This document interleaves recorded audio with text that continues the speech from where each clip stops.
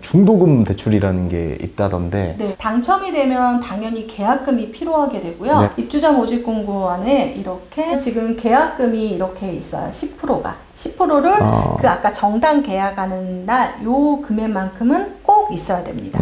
이 금액은 대출이 안 돼요. 뭐 신용대출을 해도 되죠. 네. 이 중도금 대출이 60%인데 여긴 특이하게 15, 15, 15 이렇게 되어 있는데 예. 대부분 10%로 해서 6회차를 하게 됩니다. 그래서 달라진 게 뭐냐면요. 이 중도금이 예전에 같은 경우에 LTV라고 아까 금액만큼 나오는데 네네네.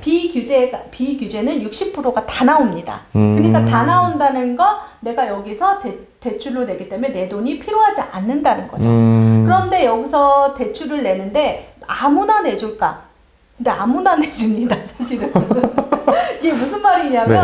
소득이 없어도 나오는 거예요. 그렇지만 이제 신용 등급이라고 있잖아. 뭐 연체하거나 뭐 대포통장 사용하고 이런 사람은 안 되지만 정말 중도금 대출 안 나온 사람은 본 적이 없습니다. 근데 잔금 대출은 다르고요. 중도금은 그 파주 같은 경우나 비규제, 우리 지금 강남 서출 송파 용산 빼고는 다 60%가 나옵니다. 잔금 30% 같은 경우는 내 돈이 필요하게 됩니다. 이 중도금 대출의 만기는 언제냐? 입주 지정일이 만기입니다. 갚아야 되는 거죠. 입주 지정일은 2달 정도 주거든요. 그러니까 2달 안에 주택담보대출을 받거나 그러면 중도금 대출을 갚아야 되는 거죠. 중도금 대출을 갚고 나머지 금액을 또 잔금을 넣고 내 돈이 또 들어가고 이런 구조로 하기 때문에 이 자금 스케줄을 할 수 있어서 청약은 되게 좋은 것 같아요. 만약에 지금 당장 샀어요. 당장 사면 입주를 거의 2-3달 뒤에 입주잖아요. 네. 한꺼번에 돈을 마련하고 대출을 내고 맨 처음에 겪을 때는 버거울 수가 있거든요. 그래서 지금 중도금 대출 60%에 잔금 대출에서 이렇게 갚게 되는데 이 잔금 대출은 아무나 내주지는 않습니다. 아까 소득 대비라는 게 DTI라는 게 있는 거죠. 그럼 전년도 소득이기 때문에 전년도 소득 대비 나기 때문에 소득을 조금 맞춰놓는 게 지금 중도금 설명해 주셨는데 네. 아까 신혼부부 자금 얘기해 주실 때 뭐 예를 들어 4억 이 4억을 제가 다 받았어요. 네. 그럼 지금 1회, 2회, 뭐 3회, 4회 있는데 네. 한 번에 이 금액을 내도 네, 갚아야 돼요. 중도금 60%는요 한꺼번에 갚아야지 열세를 주거든요. 그래서 이 중도금 대출을 받으면 본인 통장에 가는 게 아니라 이 중도금 대출 받았던 그 은행으로 바로 가게 됩니다. 그리고 나머지 금액을 안 내면 또 그 키를 못 받아요. 그렇기 때문에 이 계획을 짤 때는 내가 어느 정도 규모로 돈이 있어야 되냐, 일시적으로 뭐 돈이 필요한지 그런 것들을 따져봐야 되는 거죠. 잔금 대출 같은 경우는 지금 신혼부부 그게 만약에 되면 좋은데 만약에 안 되더라도 지금 특례 보금자리론 같은 경우는 내년 뭐 5월까지 가능하기 때문에 사실 그게 연장이 되면 사용할 수가 있고요. 연장이 되지 않으면 사용할 수는 없습니다. 그래서 잔금 대출을 내는 그 시기에 그 다른 대출이 뭐 좋은 대출이 또 나올 수도 있어. 특례 나올 수도 있는 거죠. 그럼 그걸 또 이용할 수 있는 거죠. 그래서 잔금 대출을 내면 중도금 대출은 갚아야 된다.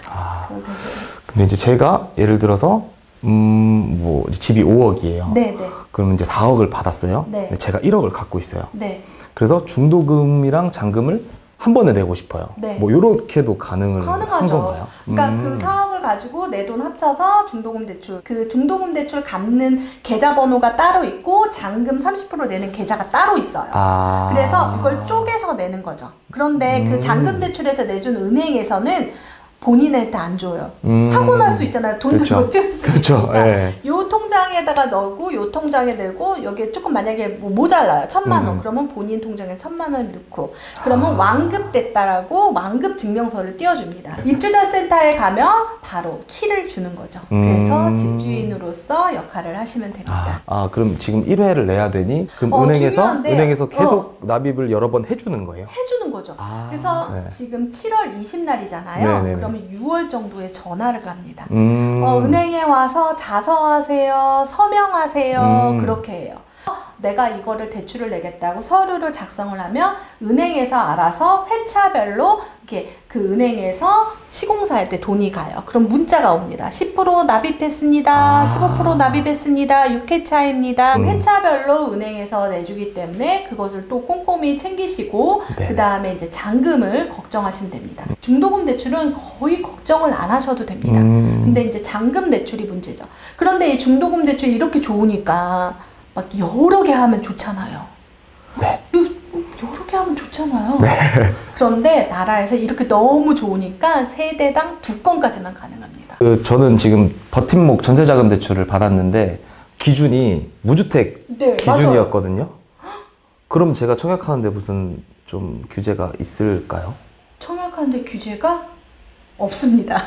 없나요? 그러면 이거는 무주택자만 되는 건데 네네네. 여기서 무주택자인 경우 전세자금 대출이 나오는데 사실 분양권 그러니까 청약을 하고 나서 바로 입주하는 게 아니잖아요. 집을 네. 짓는 기간이 있기 때문에 네. 그 기간 동안에는 이 버팀목 전세자금 대출은 사용 가능하고요. 그 청약받은 게 집으로 됐을 때 집이라는 형태가 생기잖아요. 네. 버팀목 전세자금 대출을 갚아야 되는 거죠.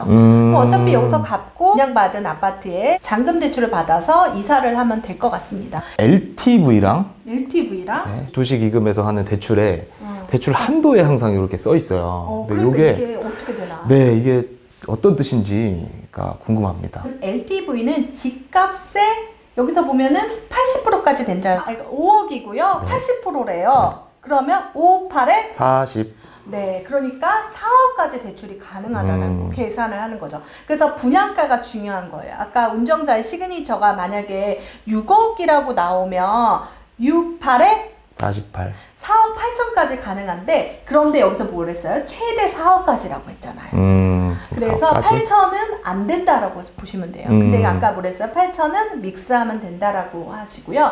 여기서 DTI 60은 뭐냐면요.